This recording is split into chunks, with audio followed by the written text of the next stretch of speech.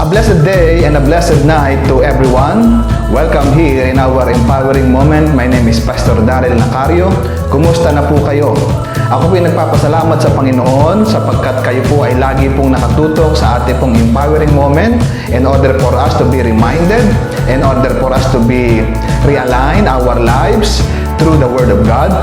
And we believe that the Word of God is the source of our strength, the source of our sustenance, the source of our security, and the source of our serenity. Ito po ang ating pong programang Empowering Moment ay naglalayong tayo ay ma-encourage. Tayo po ay ma-realign mula sa salita ng Panginoon at pagbigay siya ng karangalan at kapurihan. Salamat sa mga tapat na ating pong mga kapatid na lagi pong tumututok sa ating empowering moment. Tonight and today, ating pong pag-aaralan, finish the race that God has set before us. Finish the race that God has set before us. Allow me to read in our text for tonight, for today, in Hebrews chapter 12, beginning verse 1 to 1 and 2. Ang sabi po dito, wherefore, seeing we also are compassed about with so great a cloud of witnesses, let us lay aside every weight and the sin which doth so easily beset us, and let us run with patience, sa iba endurance, the race that is set before us, looking unto Jesus, the author and finisher of our faith, who, for the joy that was set before him, endured the cross, despising the shame, and it sat down at the right hand and the throne of God. Pagpalain ng Diyos ang pagbasa ng kanyang buhay na salita, tayo manalangin, panandalian. Panginoon, pagpalain niyo po ang bawat isa. Ihanda niyo po ang aming mga puso na maintindihan namin ang iyong buhay na salita. Tulungan niyo po kami na ma-encourage mula po sa iyong salita at ma-realign muli ang aming buhay mula po sa pangangaral at pagbabahagi ng iyong buhay na salita. Ihanda niyo ang aming mga puso at pakabanalin ito upang ang salita mo na aming mapakinggan ay magbigay sa amin ng lakas, magbigay sa amin ng security, magbigay sa amin, Panginoon, ng serenity, because, Lord, we believe your word is very powerful. This is our prayer. In Jesus' mighty name we pray. Everybody said, Amen and Amen. Finish the race that God has set before us. Isa pong metaphor ng paglalarawan ng isang Kristiyano, siya po ay isang mananakbo. Dito sa ating talata ay ibinigay ng author ng Hebrews, hindi po siya kilala kung sino, at marami nagsasabi si Pablo raw, marami nagsasabi tinatawag nilang si Timoteo daw, pero marami rin nagsasabing hindi tiyak kung sino. Pero tiyak po na nagsasabi ang author ng Hebrews, ng Book of Hebrews, na siya po ay nagbibigay ng encouragement sa atin. Na sa isa pong mananakbo, na isang katulad po ng Kristiyano, minsan po yung iba po ay nadarapa, yung ibang iba ay sumusuko, at yung iba po ay tinatawag po nating umaayaw na sa takbuhin po bilang isang Kristiyano dahil po napagod, dahil maraming narinig na discouragement, mga critics. Pero tonight, mayroon pong apat na sikreto para po tayo ay matapos natin yung takbuhin ibinigay sa atin ng Panginoon. Iba-iba po ang ating takbuhin bilang isang Kristiyano. Si Pablo po ay nakatapos na. Sabi niya, I have fought a good fight, I have finished the race, I have kept the faith. At marami pong Kristiyano ang nakapagtapos na ng kanila pong takbuhin sa kanilang pananampalataya. Tayo, marahil, nag-uumpisa pa lamang, marahil yung iba'y nasa kalagitnaan, marahil yung iba'y malapit na sa finish line. Tandaan mo ito, kapatid, tayo mga Kristiyano, the moment na isinuko natin ang ating buhay sa Panginoon, nag-umpisa ang takbuhin natin sa buhay. At yan ay binigay sa atin ng Panginoon. Hindi tayo tinawag, hindi tayo nakakilala sa Panginoon para hindi po natin tapusin yung ibinigay at pinagkatiwala sa atin ng Panginoon na kani-kanya po nating takbuhin sa buhay. Tinawag tayo na para magtapos, hindi po para sumuko. Dito po sa ating talata ay titingnan po natin ang apat na sekreto in order for us to finish our race that God has set before us. And what are these? Ito po yung unang-una. In order for us to finish the race that God has set before us, number one, don't stop running the race. like the heroes of faith. Don't stop running the race like the heroes of faith. So in other words, don't give up running. So in order for us to finish our race, don't stop running the race like the heroes of faith. Kaya ang sabi ng ating talata, wherefore, seeing we also compass about with so great a cloud of witnesses. Ito pong witnesses dito ay tinatawag po nating martyr or martus sa salita pong Greek, sa salita pong Ingles ay mga martir, na sa salita pong Tagalog, ito po yung mga Kristiyano na dumanas ng iba't ibang mga pagsubok, o sinabi nating saints na dumanas sa iba't ibang pagsubok. Yung po yung mga Old Testament saints. Kaya yung chapter 11 is all about the Hall of Famers of Faith on the Old Testament saints. Sila po ay hindi po tumigil sa kanilang pananampalataya, na kahit na nga po yung iba ay hindi po nakatanggap ng kanilang mga inaasahan sa Panginoon, sila ay nagpatuloy.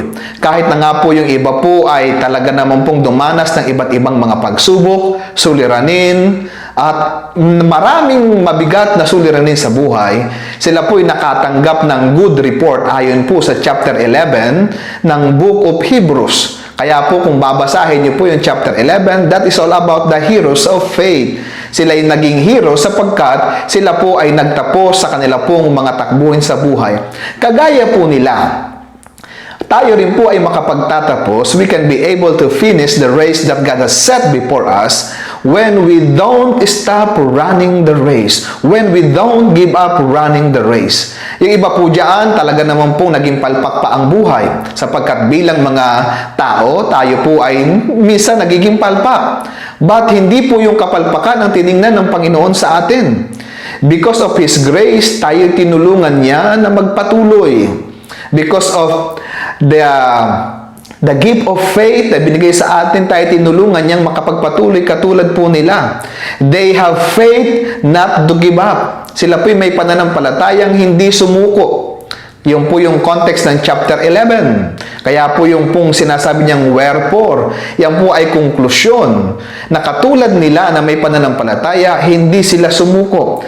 They are firm not to give up.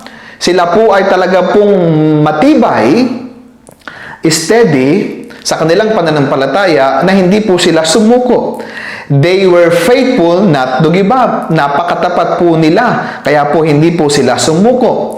At higit po sa lahat, they have future not to give up. Meron po silang tinitingnan na future na hindi po sila mag-give up. At sabi po ng chapter 11, that is heavenly cities. City.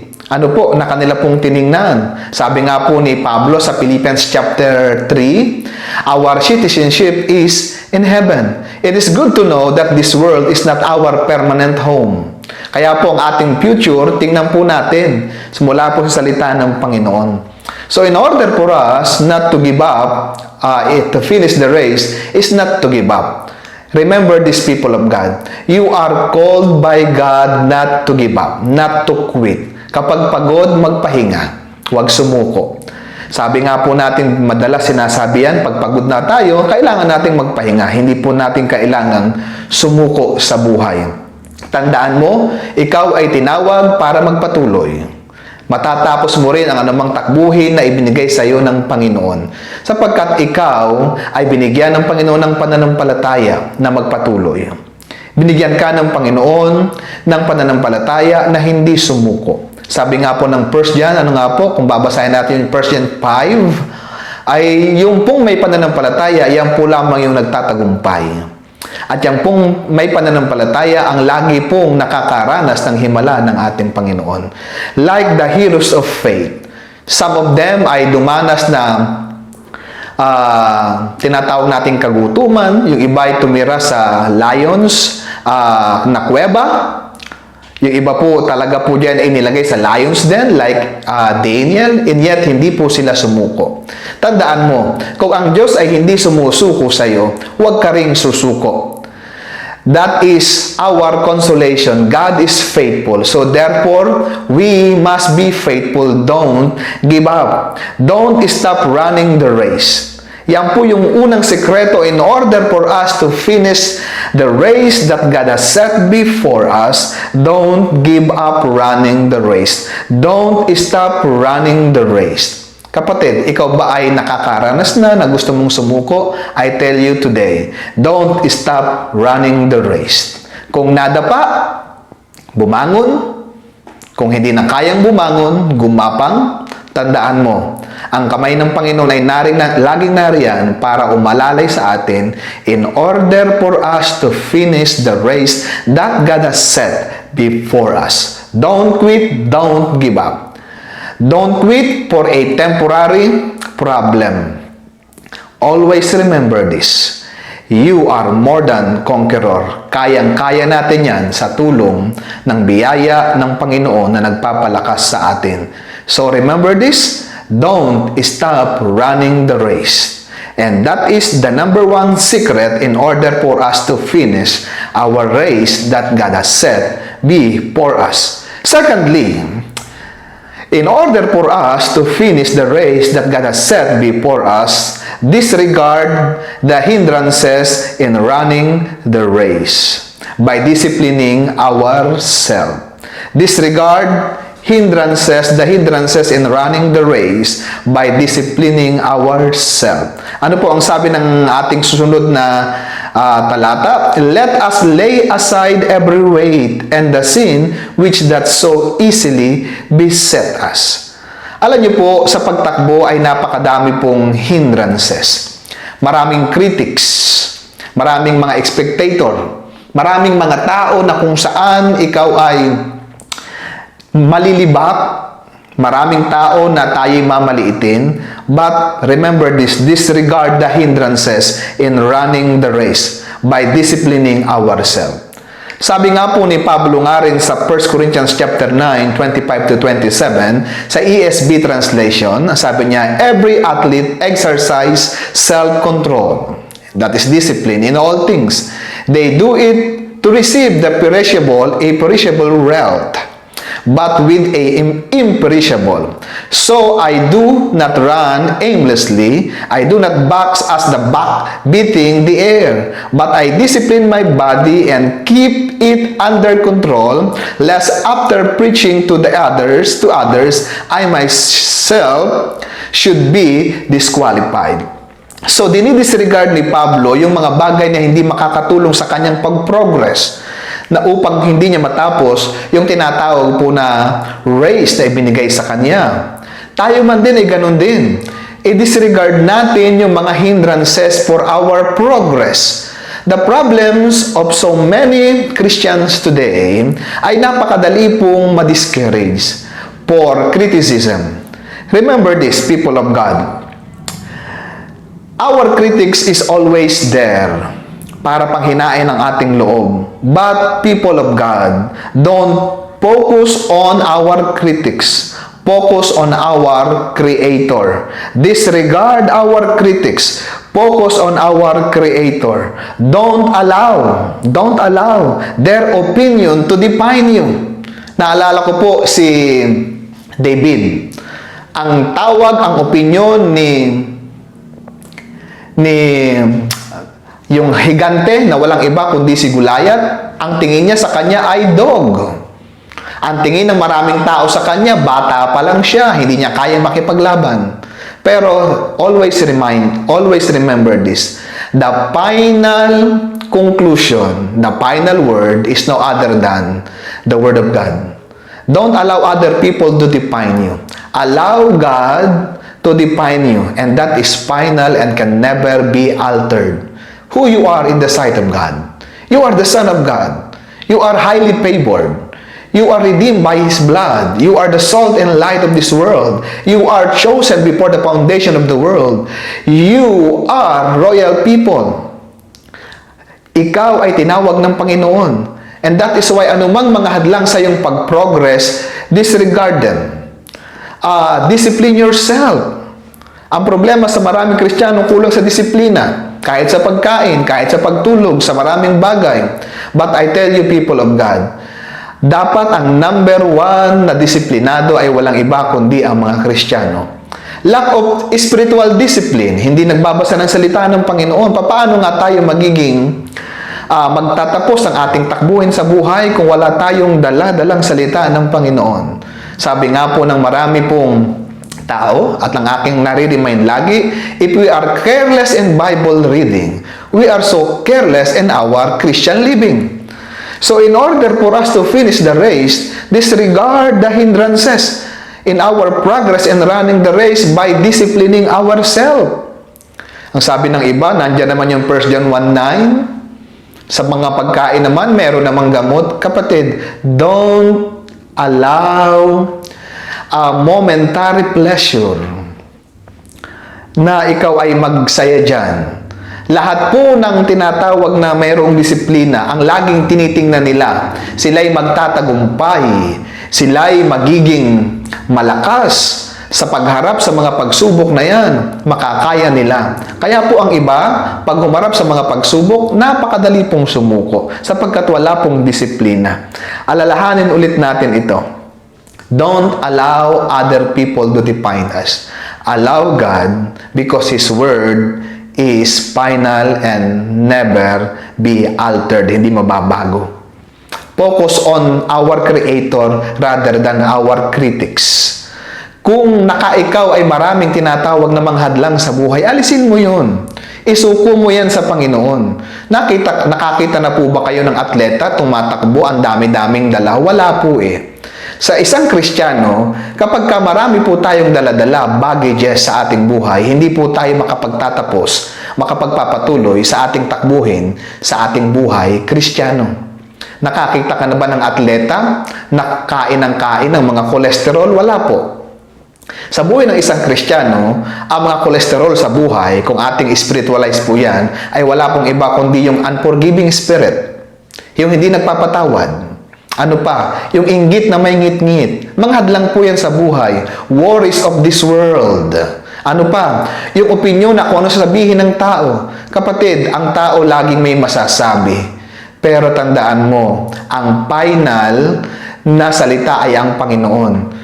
Kung ika nga po mga kapatid, parang sa pinto. Kahit anong sabihin ng tao dyan, ano po, kung hindi natin bubuksan yung pinto na yan, hindi po makakapasok anumang kritisismo sa ating isip, sa ating puso. Now, maaari sabihin mo, Pastor, hindi maiwasan. Yes, hindi maiwasan. Katulad po ng sinasabi po ni Martin Luther. Ang ibon daw po ay hindi po maiiwasan dumaan dyan sa ulo po natin. Pero maiiwasan natin na ang ibon ay magpugad sa ulo natin. Ano pong ibig sabihin? Yung mga sinasabi ng tao, hindi po natin maiwasang marinig natin. Pero maiiwasan po natin yung sinasabi ng ibang mga tao na manirahan sa ating isip at sa ating puso.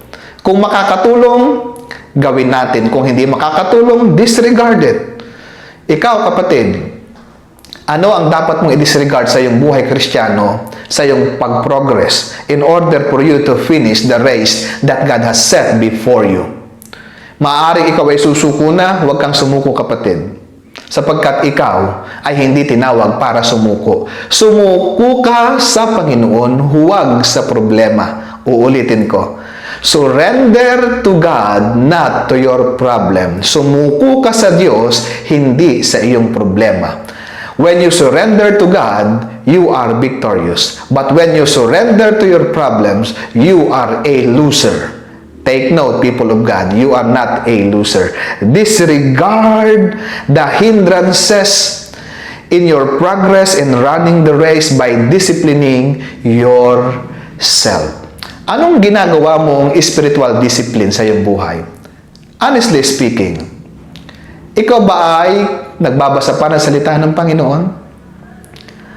Ikaw ba ay may disiplina pa sa pananalangin, quiet time? Maaaring ikaw ay very quiet? Ikaw pa ba ay nagjo-journal? Gumagawa ng devotional journal? Kapatid, tandaan mo ito, hindi ka makapagtatapos ng iyong takbuhin sa iyong buhay kapag ka walang spiritual discipline.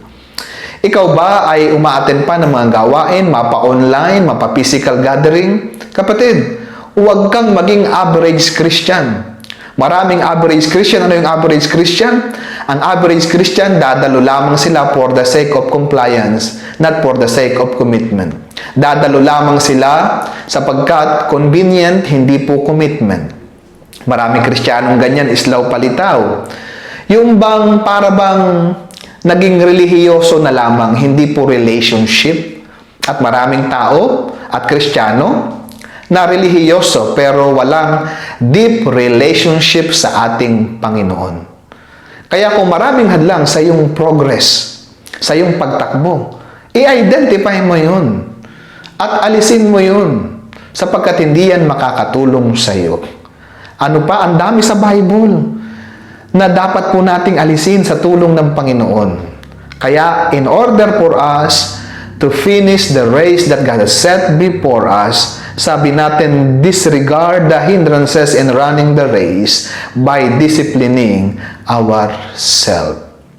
Ang problema po sa iba ay ganito. Huwag po kayong masasaktan. Nagtuturo pero hindi ina-apply sa kanilang buhay. Maraming napapakinggang salita ng Panginoon pero hindi ina-apply sa kanilang buhay. Kaya po pagdating po ng mga bagyo, ng pagsubok sa buhay, agad po silang bumibigay, agad po silang umaayaw. Sapagkat hindi nga po nila ina-apply ang kanilang salita ng Diyos na napakinggan nila. Kaya nga ang sabi ng Bible, blessed are those who hear the word of God and put it into practice. Luke chapter 11:28. At ang katulad po nila ay isang matalinong tao na nagtayo ng bahay sa ibabaw ng bato. Dumaan ang malakas na bagyo, nakatayo pa rin siya. Ngunit ang hangal na nakinig ng salita ng Diyos at hindi nag-apply ay isang taong hangal na nagtayo ng bahay sa ibabaw ng buhangin. Dumaan yung bagyo, pati yung kanyang bahay ay nasira. Kapatid, huwag tayong maging hangal. Huwag nating dayain ang ating sarili.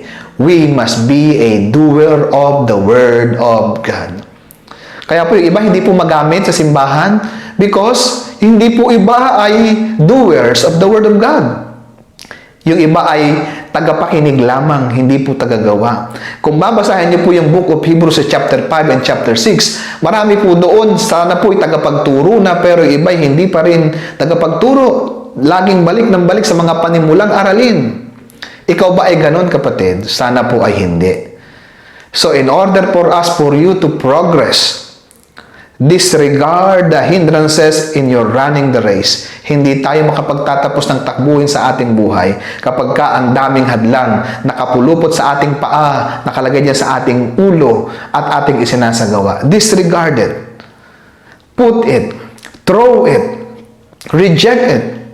Surrender your life to God. Kung hindi mo kaya, surrender your life to God. At ang Diyos ang magbibigay sa iyo ng lakas. At masasabi mo rin, katulad ng sinabi ni Pablo, I can do all things through Christ who gives me strength.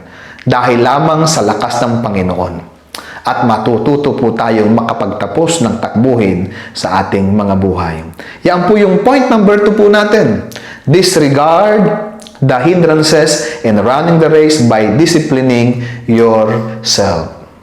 And thirdly, in order for us to finish the race that God has set before us, ito po yung sekreto na number 3. Determined to run the race. Determined to run the race. Determined means having a strong feeling that you are going to do something that you will not allow anyone or anything to stop you. And that is determination. Ang isa pong explanation ng determination ay yung sinabi mong ako'y magja-jogging bukas. Kaya lamang umulan. Ay kahit na umulan, hindi ka mahadlangan, and that is determination. Para po yung isang konduktor na lagi pong naniningil ng bayad ng kanilang pasahero, nakikipagsiksikan. At to the point, yung iba po ay talagang wala ng lugar. Yan po yung determination. Ano pa yung determination? Yung you never give up no matter what. That is determination. Having or showing determination to do something, and that is determination. Ano po ang sabi ng ating talata? Ang determination, sabi diyan, ay let us run the race with patience that is set before us.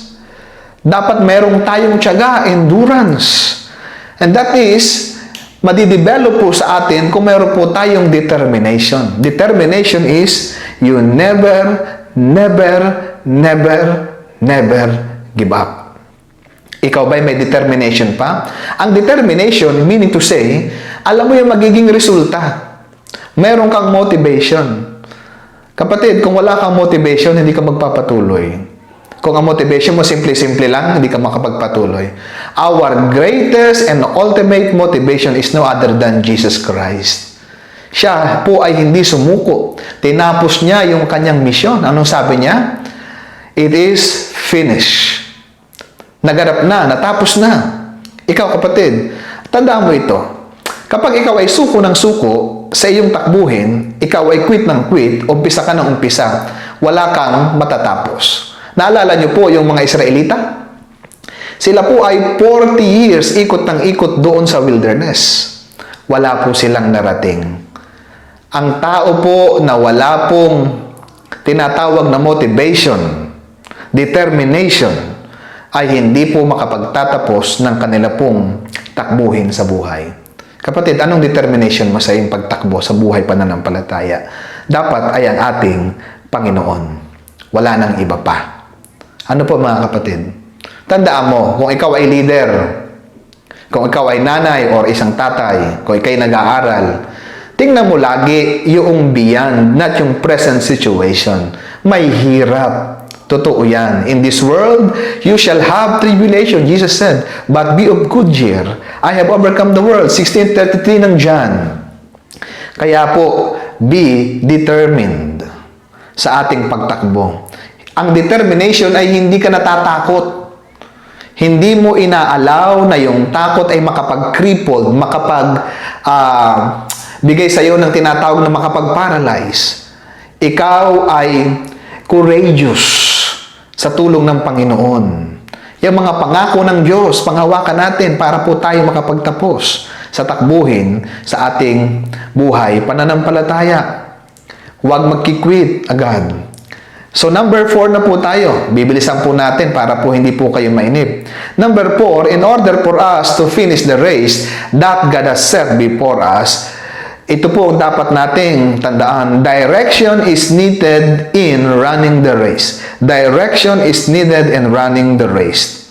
Sino po ang ating direction sa buhay? Ang sabi ng verse 2, looking unto Jesus. Sabi ng ibang talata ay ganito, fixing our eyes on Jesus. Ipako natin ang ating mata sa Panginoon. Siya yung direction ng ating buhay. Si Kristo mismo ay sabi, ako ang daan, ang katotohanan at ang buhay. Sabi rin ni Kristo, walang makakapunta sa Ama kundi sa pamamagitan niya. Sinabi rin ni Kristo, kung wala ako, wala kayong magagawa. Apart from me, you can do nothing. Jesus is the ultimate direction in our lives. Anong sabi ng chapter 12 2? Looking unto Jesus, the author and finisher of our faith, who for the joy that was set before him endured the cross, despising the shame, and is sat down at the right hand and the throne of God. Jesus is the ultimate direction of our lives. Nothing more, nothing less. He is the ultimate. He is the epitome of direction of our lives. So therefore, without Jesus, our lives has no meaning, has no direction. Kaya ituon natin ang ating paningin sa Kanya. Sabi nga po ni Corrie ten Boom, if you look at your situation, you will be depressed. When you look around you, you will be not at rest.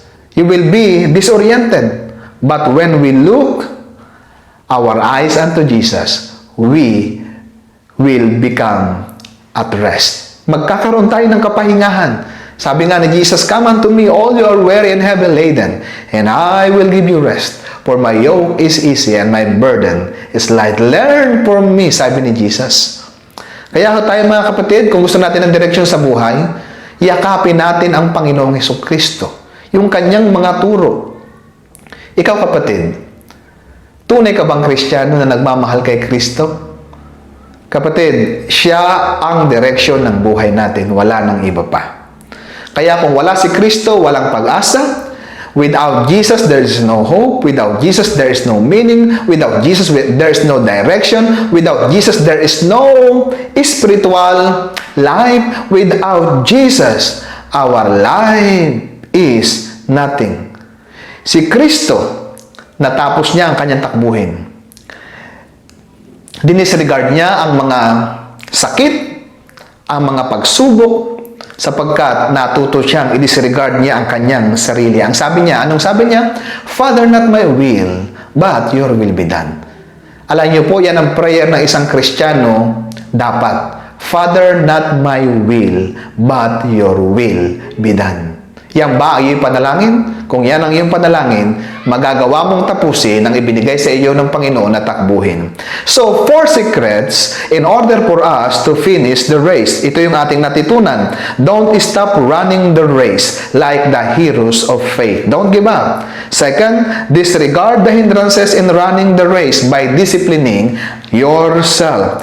Thirdly, ano sabi natin? Determine to run the race. Magkaroon ka ng determination. And number 4, direction is needed in running the race. Who is our direction? Jesus Christ Himself. So tonight, matatapos natin ang ating takbuhin kung gagawin po natin itong 4D na ito. Ano itong 4D na ito? Remember, don't stop running the race. Disregard the hindrances in your running the race by disciplining yourself. And thirdly, determine to run the race. And fourthly, direction is needed in running the race. People of God, ito ang gusto kong sabihin sa inyo sa application. Alamin mo kung ano yung mga hadlang sa iyong pagtakbo at alisin mo yon. Huwag mong i-allow ang opinyon ng ibang tao para ikaw ay hindi makapagtakbo, makatapos sa iyong takbuhin. At higit sa lahat, yakapin mo ang Panginoon, the author and the finisher of our faith. He is a prayer away.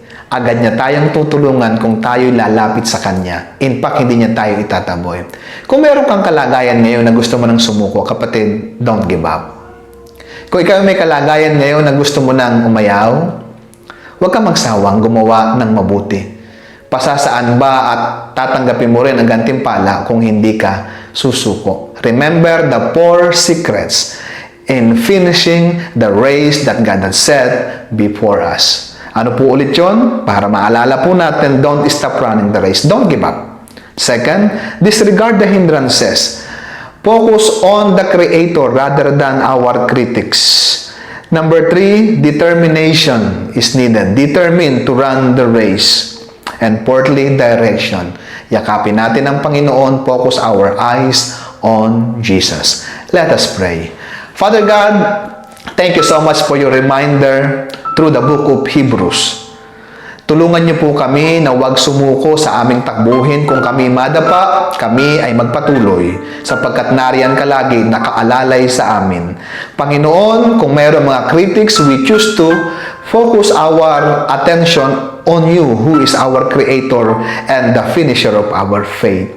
Lord, give us determination, Lord God, to fuel us to move forward, not to give up, not to look back, but to move forward with determination. And help us also, Lord God, to embrace you, Lord God, who is our ultimate example na hindi sumusuko sa amin at ngayon ay naroon sa inyong trono, Panginoon, aming Ama sa Langit at nag-i-intercede din sa amin.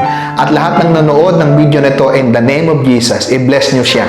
Bigyan nyo siya ng lakas, ng courage na huwag sumuko, Panginoon. Thank you so much, Father God. You are our God at nais mo na kami ay magkapagtapos ng aming takbuhin sa buhay. Ito ang aming panalangin. Pagpalain mo ang aking kapatid na nanood ng video na ito. Ikaw po ang magbigay sa kanya ng courage. Ikaw ang magbigay sa kanya, Panginoon, ng consistency. Ikaw ang magbigay sa kanya ng commitment. At higit sa lahat, Panginoon, maging Christ-like ang kanyang character, conduct, and conversation in every way for the glory of your name. This is our prayer, Lord God, in the name of the Father, and of the Son, and of the Holy Spirit. Everybody said, Amen and Amen. Pagpalain tayong lahat ng Panginoon. Remember the 4 Ds in finishing running the race. at tayo po sa tulong ng Panginoon sa kanyang biyaya ay makapagtatapos ng takbuhin. Solid Deo Gloria, sa Diyos po ang papuri, wala nang iba pa. Magkita-kita po muli tayo sa ating susunod na empowering moment. At ito po si Pastor Daryl Lacario, ang inyong lingkod na nagsasabi, tayong lahat ay makapagtatapos ng ating takbuhin sapagkat kasama natin ang Panginoon at hindi tayo iiwan at hindi tayo pababayaan. Solid Deo Gloria, to God alone be all the glory. See you again. God bless you. Bye-bye. Makita-kita muli po tayo. God bless you.